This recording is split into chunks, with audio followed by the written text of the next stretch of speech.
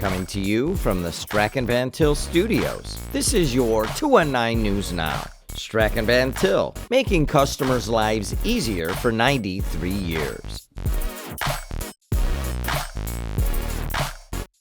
Hi, I'm Sonny Santana, and this is your 219 News Now. A county official with a recognizable name in South Lake County is hoping to expand his constituency to all of Northwest Indiana. Lake County Councilman Randy Niemeyer announced that next year he'll be seeking the Republican nomination for Indiana's 1st District U.S. House seat. Niemeyer, who runs a milk transportation business, tells JED that he's running on a platform of fiscal responsibility. The federal government's main responsibility, especially in Congress, is Congress holds the purse strings. So if your Congress doesn't have fiscal discipline, everything else from a legislative standpoint kind of follows that direction. So that's a first priority, absolutely. Niemeyer would have to make it through the May primary to most likely face Congressman Frank Mervan. Democrats have held the 1st District seat for 9 decades.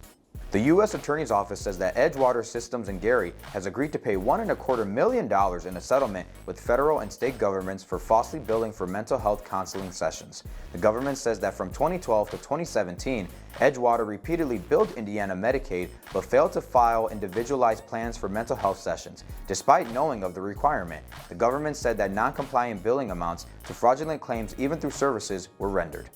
Ford is laying off 330 workers at the Chicago stamping plant in Chicago Heights as a result of the strike at the Chicago assembly plant. The stamping plant in Chicago Heights supplies the automotive plant on the far south side in a just-in-time fashion, meaning the parts are installed shortly after they arrive and are not stockpiled. The United Auto Workers Union, which represents around 6,000 workers at the 99-year-old automotive factory, went on strike Friday after negotiations hit an impasse.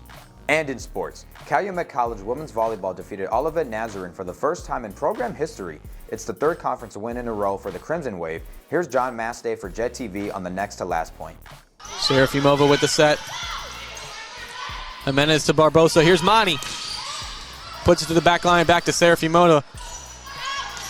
Lloyds to Todd.